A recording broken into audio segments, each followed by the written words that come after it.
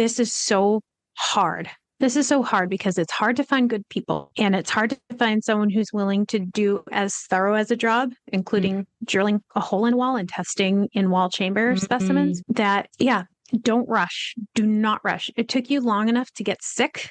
Right. Please spend the extra week or two interviewing and reaching out and talking to different, what we call IEPs, indoor environmental professionals.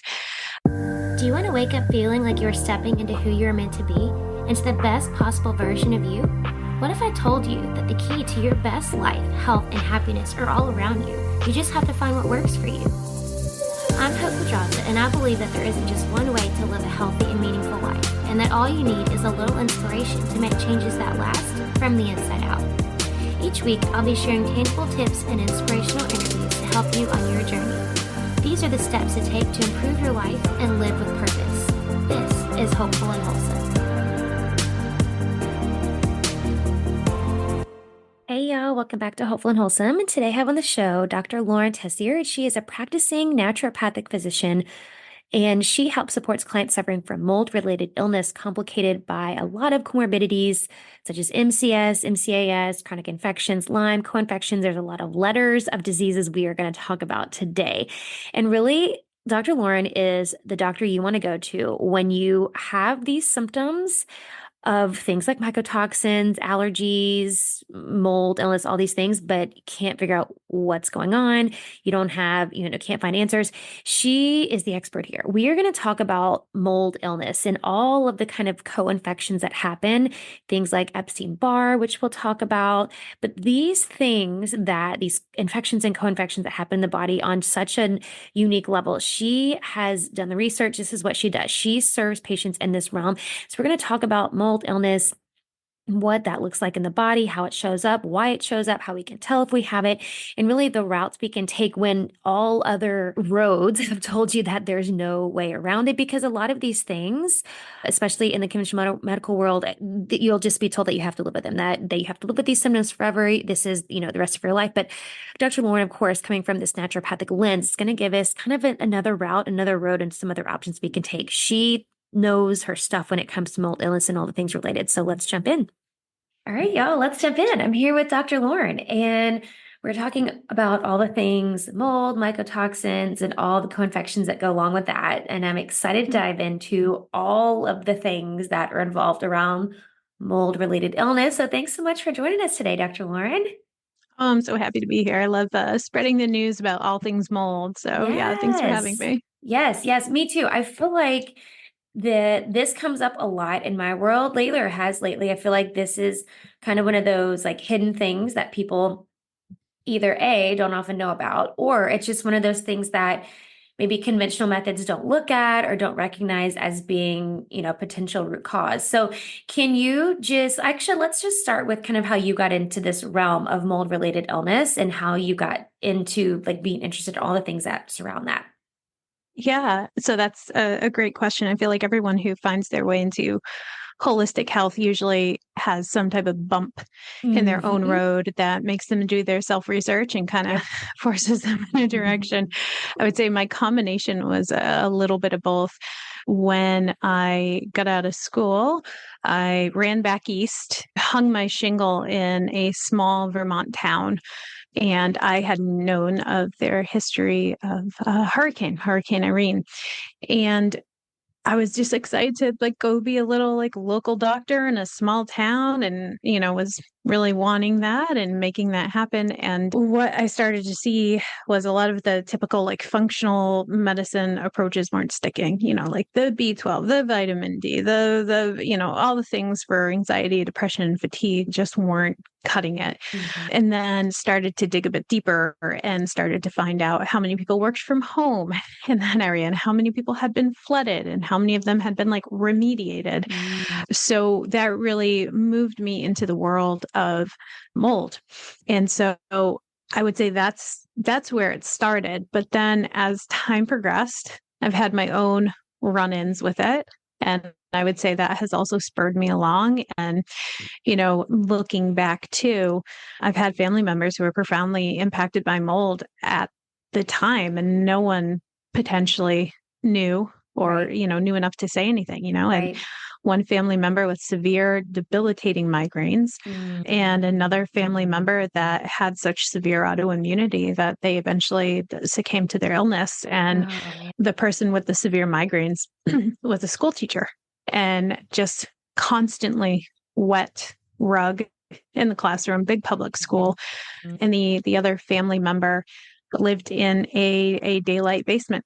And when we went in to, address their apartment after they had passed, it was just moldy. It was just like an uphill battle. And so I would say I I think about that and, if I could potentially either, take back one of those two people, I only lost one of them so far, I would like to prevent that for other folks.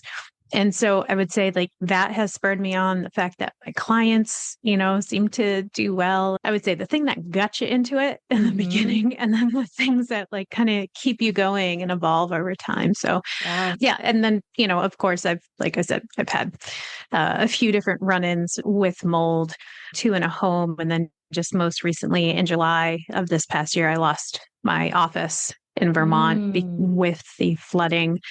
And so, yeah, 10 years of practice and a lot of losses that were absolutely not covered with business insurance or anything. So Oh. I know firsthand many times over when people say how hard it is. So I do have that unfortunate badge of honor, I would say. Yeah, yeah. Yeah. And I think with the whole like the chronic illness and especially related to mold, I find that a lot of people, when they go a lot of the conventional medical routes, and I would say even like some functional routes, there's not a lot of hope for people. Like there's not a lot of hope given to people with things like, Lyme disease or things that like complications from mold, illness, mold. So like, how do you kind of give people hope? Like, what is, I know this is kind of a loaded question, so you can answer how you want, but like, what does the process look like for you to kind of walk people through that and to give them hope that it's not hopeless and that you're not going to have to live with like all of these, like your quality of life doesn't have to suck forever, basically. Right, right. I would say the thing that sets me apart, or I would say is my tool, and it might work different for other folks, and I want to honor that, is I'm not very protocol based. And there's a lot of practitioners out there who don't have a lot of time. And so they do the least common denominator, which is a protocol, which usually works for a lot of people.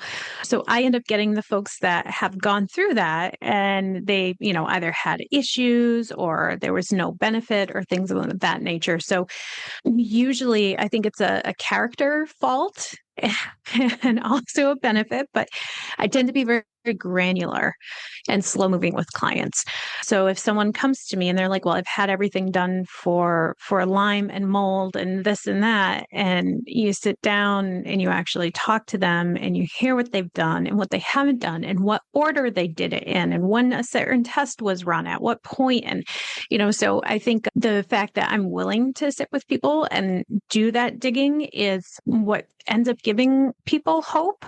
But like I said, that's also not for everyone. Not everyone wants a practitioner who does that, and not every practitioner wants to do it. So it's kind of like two sides of a coin, Yeah. Yeah. No, that makes sense. I think that's really valuable because you're right. Not all practitioners do that. And not everyone has the capacity for that kind of like one-on-one, service to people. So I think that's very honorable. But when you're looking at, we're looking at mold illness and mold related illness, that actually, let's talk about that first before I ask you that question. I think we all know what mold is, but can you speak to just like, generally speaking, like what is mold related illness and we keep saying co-infections, like what does that all mean? Sure. So mold in and of itself is the organism. It is the small little thing that moves everywhere outside of the body, inside of the body. It can exist as a single cell, and in that case, it's technically considered a yeast, or it can exist in a multicellular, so it needs lots of them in order to live. And that's where we consider things molds, but there's also lots of fungi beyond mold. So long story short, when we say mold, we mean the little living cell. And when we say mycotoxins, we say it's realistically referring to the toxins that are created by these molds. And these molds don't have an immune system. They need some type of defense in this stew of bugs that they live in. And so, that creation of those toxins really allows them to thrive and get a foot down in that space. Similarly, if it's on any type of host, whether it's a bat or a human or a dog or something, they need to secrete those things so that they can exist well and battle an immune system there. So these toxins are their immune system, they're their defenses. It's what protects them ultimately, but they suck for us. So, not all molds produce toxins, mycotoxins, and you might even have a mold that produces toxins sometimes under certain conditions. So it's not an all or nothing thing. Like there are shades of gray there.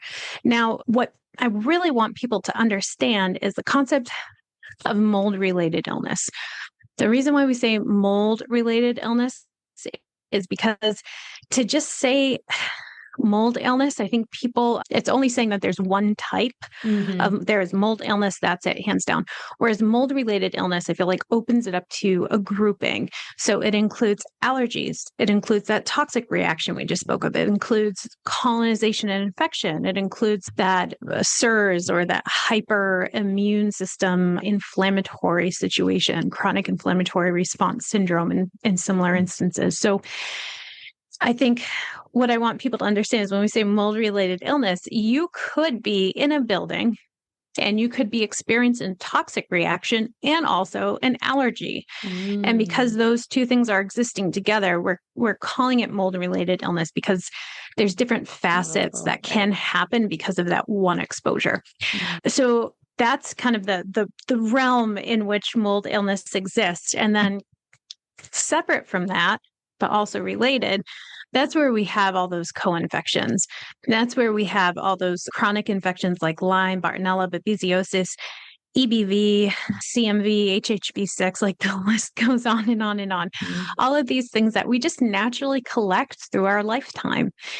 And what ends up happening in these situations is that the mold and its toxins, whether it's in your body as an infection or colonization, or whether it's in the environment, those things can suppress the immune system, letting those infections kind of run wild and, get the best of you. Right. And so there's definitely, I would say, a profound interaction between mold exposure and all of the historical infections that we've kind of collected, so to speak, over the years.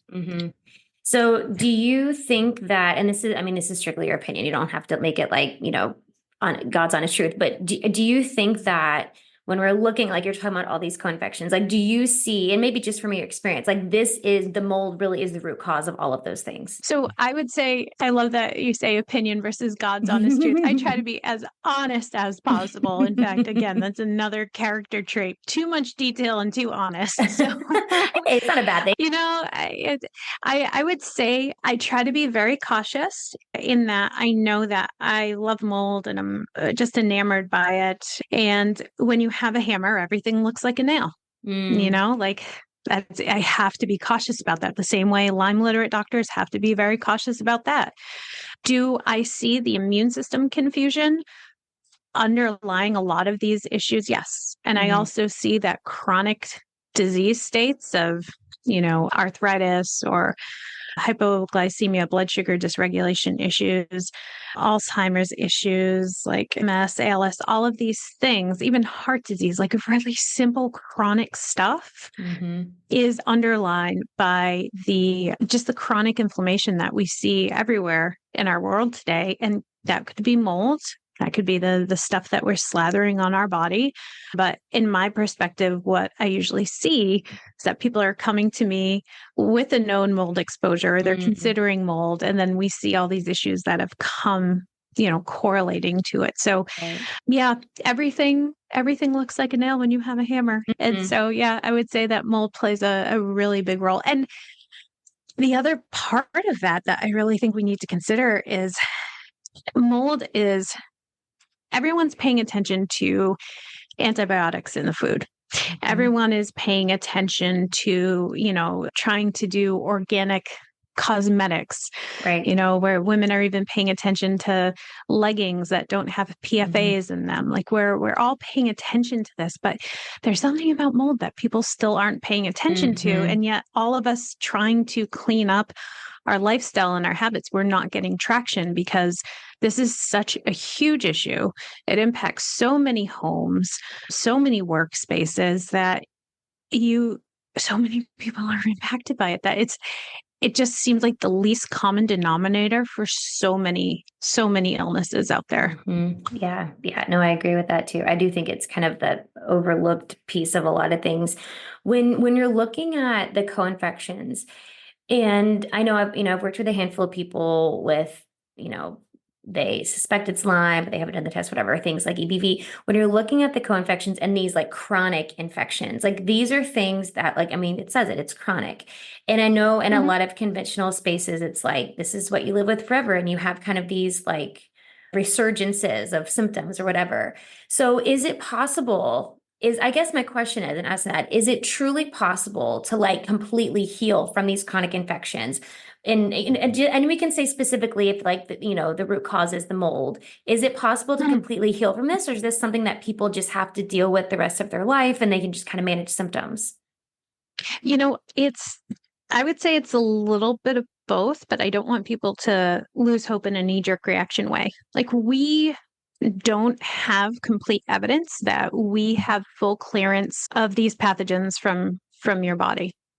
There's something about your immune system starting to target these things and getting it under its thumb and keeping control of it. There's this concept of the pathobiont, which is, I say bugs, hopefully people can interpret that well enough, like bugs in our biofilms that at some point they're part of just our natural sludge, our natural mucus that our body produces. But at some point, they turn and they switch. A switch gets flipped and they go from being like normal carriage, normally held, to something that just blows up and becomes an infection. I'm sure everyone here has a tiny little bit of C. diff in their gut, tiny little bit that's well under control. Tons of people have, yeasts in their gut that's well under control. But there's something where the switch flips. So when I think of these chronic disease states, even something like, and this is a little bit unrelated to mold, but something with like HPV in women, I'm pretty sure you never get rid of these viruses. It's not like these viruses just magically go away or get 100% cleared. It's something that we carry with us. So, and we can't operate in a bubble. And that's the other thing. So I say that very cautiously because I do think we carry these things with us for quite some time. And maybe if we fall off the rails a bit, we might have a resurgence, Yeah, I think it's part of something that lives with us. And we just want to make sure that we support our body and our immune system enough to not let it kind of flip the switch. Right. Yeah. Yeah. And that leads me to my next question, because I was going to ask you too, on that same note, like what does this support look like so that you don't flip the switch and the resurgence? Like what does it look like? Like what things are you avoiding or doing or not doing, or whatever, that kind of keeps your immune system in a happy place?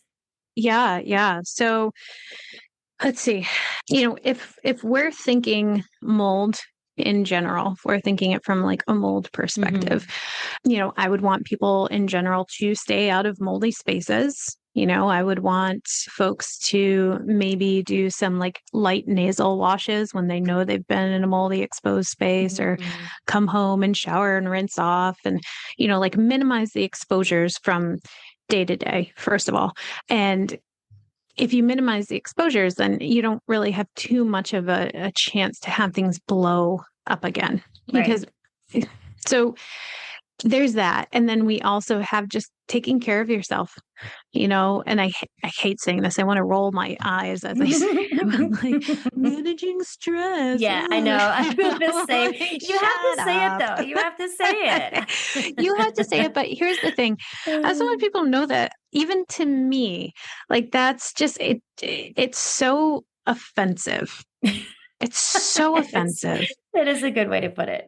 It's so offensive, and it gets kicked back on so many patients, and this is the thing that I'm working on right now and really rallying against and studying is, like, oh, you developed autoimmunity because you didn't meditate hard enough. I'm so sorry. Like you missed your yoga session last Friday. So so that stuff just drives me nuts. So, but I also think that there's a happy balance.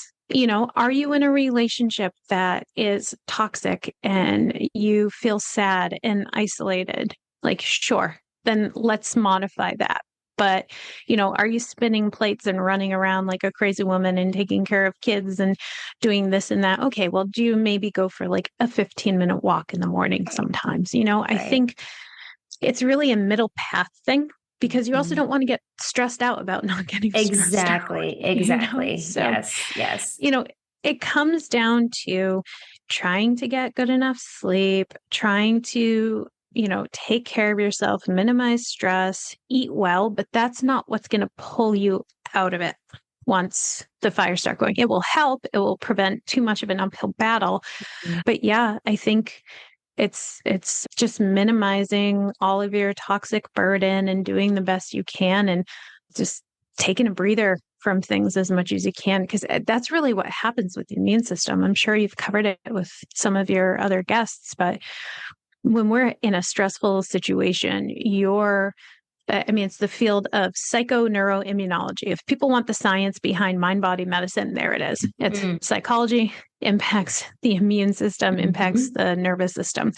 And so when your nervous system is go, go, go, and in fight or flight, it just doesn't suppress the immune system, but it also can hold the body hostage in that space. So that way it can never come down. Everything's always activated. Yep. And when you're always activated, you run out of gasoline in those tanks really fast. You run out of gasoline in those hormone tanks and the nervous system tanks and the immune system tanks. Yep. So,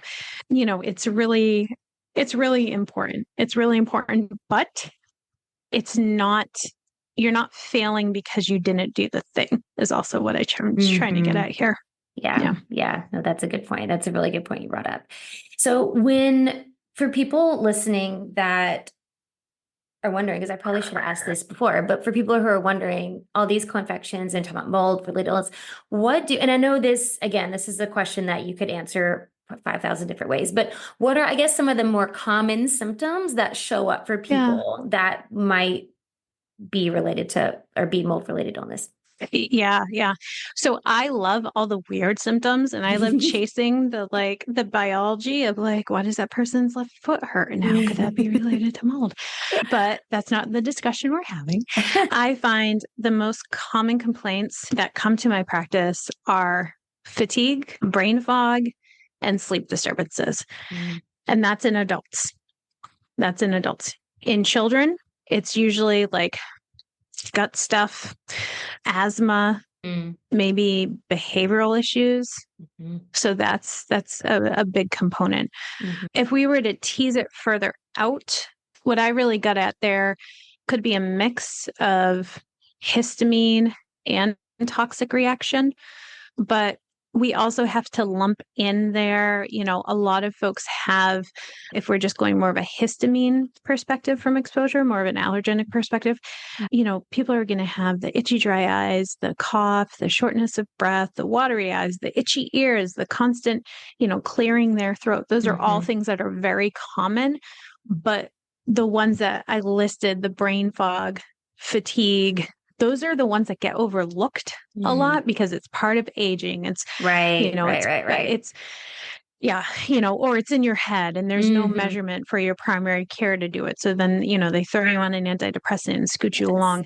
Yes. Those are the ones I see the most often in my practice, again, because treatment fails everywhere else. And so those are the ones I see more often, but there are very common, well-known mold allergy symptoms that exist across the board. So I would say it's a mix of both in the general public, but for my clients, the fatigue, brain fog, insomnia picture. Yeah.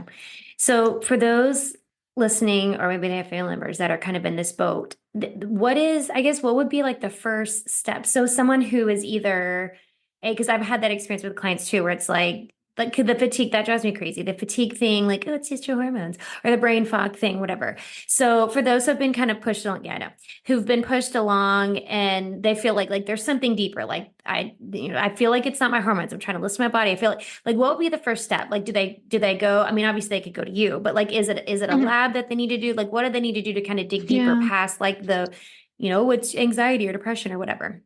Yeah. I would say the first thing to do is free. And that is to sit down with pen and paper in front of your computer and just think about all the places that you spend extensive time in that may have been water damage that you saw or had a funky smell or a musty smell, or you felt weird when you were in there. And then when you left, you always felt better. And this could be even 5-10 years ago, and it could be up till now. Oh, wow. And it doesn't have to be home. It could be work. It could be your car. It could be church. It could be your kid's summer camp. It could be your school. It could be a lot of different things. So it takes time. And this is the whole thing I really want to drive out to people. It takes time. All of it takes time, but time is going to save you so much money and stress. And I've seen it over and over and over again. So if you sit down and you really think about it's what we call like timing and periodicity. When does this happen? On Friday nights when you get home from work, are you tired and fatigued and feel really crummy? Saturday, you're starting to feel like yourself again. Sunday night, you feel great. Monday, you get back into work. 9 a.m., you're fine. Around noontime, you start to get a little headachy, a little brain foggy. And what does everyone think? Oh, it's blood sugar. I'm hypoglycemic, And so those types of periodicities are really important.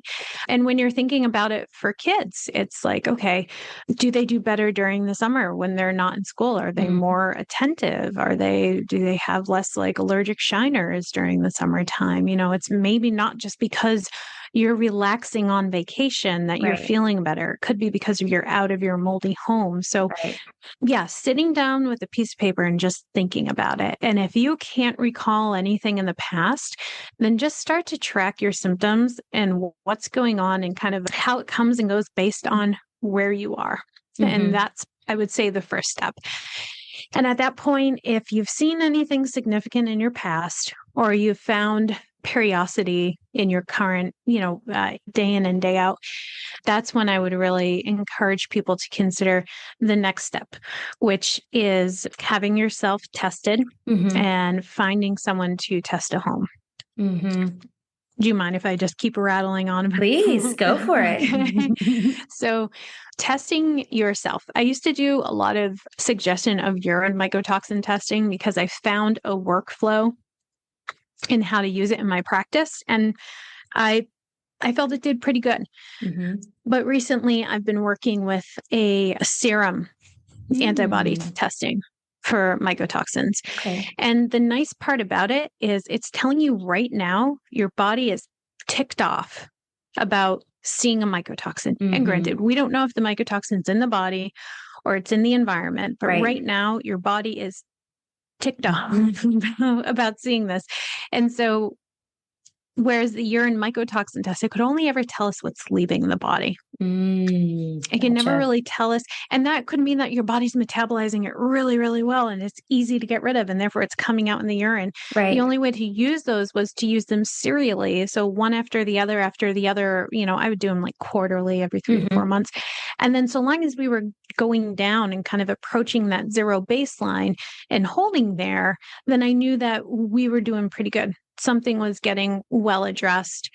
But yeah, with the serum mycotoxin testing, it's wonderful to see, because if your immune system's not ticked off to anything, then you're potentially going to bark up the wrong tree. Yeah. No, that makes total sense. That's good. I'm glad you distinguish that too. That's helpful for people. Yeah. So the urine, the serum test, I would have people almost start with. And then if there's anything that, is elevated, and elevated is pretty low there, honestly. If there's anything that's elevated, then that's when you have to start thinking, is the issue in my body or is the issue in my environment? Right. And then based off of that, you can move forward. So if it's in the environment, it's really, really, really, really, really important to take your time to find someone to test. And this is so hard. This is so hard because it's hard to find good people. And it's hard to find someone who's willing to do as thorough as a job, including drilling a hole in a wall and testing in wall chamber specimens that, don't rush. Do not rush. It took you long enough to get sick. Please spend the extra week or two interviewing and reaching out and talking to different, what we call IEPs, indoor environmental professionals. I actually have it's pretty long. It's pretty lengthy. I have an old YouTube video on my YouTube profile, Life After Mold, which has a video that's titled something like Finding an IEP, or if people just search IEP and Life After Mold, they'll see it. And it really walks through any questions that you should be asking and, really picking their brain and how to do it respectfully without it feeling like they're being challenged by you. Right. And the reason why it's so important is if something gets missed and you're told your house is fine, and then you go spend thousands of dollars on hormone treatments and testing and you don't get better, it's someone worth their salt, or someone, who knows what they're doing is worth the finances and the timing. Yeah. The other thing too, that I want to tell people about this process is with IEPs, they make the remediation plan. So they put together the marching orders for the person to come in and clean the home. And if you're not identifying everything in a home, and then even worse, someone puts together sloppy marching orders, you're going to spend all that time remediating incorrectly, and then you're no better off. And so treatment, that's not even involving a doctor. Like that, that's all before you ever come to any holistic health provider. And I always tell people, spend your money on this first. I would love to see you. However, I also don't want to see you ever again. Because if I don't see you, then I know that things are good and things are, it's terrible for business. It's terrible for business, but it's great for my overall hope of just people getting better. And so, take your time with choosing your team, because it will get you so far and save you so much time and money. That's good. Such good advice. Slow is always good. I know that's hard for people when they just want it fixed now, but that's such good advice. And it is worth the money and the time if you're going to do it right. So that's such good advice. I love this. This is such good information. I do have one more question I want to ask you as we kind of start to wrap up here. But before I ask you that, can you let everybody know where they can find more about you, what you do, learn more from you, because you teach a lot of great stuff? Sure. So again, I'm Dr. Lauren Tessier, and my practice, my business, my educational websites and all that kind of stuff is under the name Life After Mold. I have a okay presence on social media, mostly active on Instagram, and I've been working on cranking out YouTube videos for folks. So those will always be evergreen and present for people. So Life After Mold across all social media channels, lifeaftermold.com. And if folks head over to my website, there is a free ebook called Mold Prevention 101 when you sign up for my newsletter, and that'll help you realistically find all those hidden sneaky spots where mold could be growing in the home. Yeah, super helpful. Thank you for that. And of course, I have links to the show notes and for all of that. So y'all can go check all that out. Get the ebook, super helpful. Okay, the last question I want to ask you that I like to ask everybody, what do you think is the most important thing you can do to live with purpose? Find the things that make you happy. Find the things that make you happy. The first thing that popped into my head was my kiddos. I think when we're motivated by a happy nervous system and a chilled out heart, or even a joyous heart, or, I think just finding your happiness or a piece of happiness can definitely help guide your purpose. I love that. So good. So good. Thank you so much, Dr. Lauren. This is super informative, and I know it's going to help a ton of people. And I think just the work you're doing it is helping people to find answers, but then just to not be spinning their wheels. You have such good advice and such good informative information. So thank you for all that you do and for sharing your time with us today. Yeah, thank you for having me. This has been great. Thanks for listening to Hopeful and Wholesome, y'all. If you found value in this week's episode, please subscribe on iTunes or wherever you listen to your podcast and leave a review to let me know what you thought. I'd love to know what you find useful in these episodes so I can know how to provide the most value I can to my listeners. And if you have topics you'd like to know more about, I'd love to hear those as well. So shoot me a message on Instagram, Facebook, or LinkedIn. It's at TheHopePedraza, or you can visit my website, hopefulandwholesome.com. Thanks, y'all.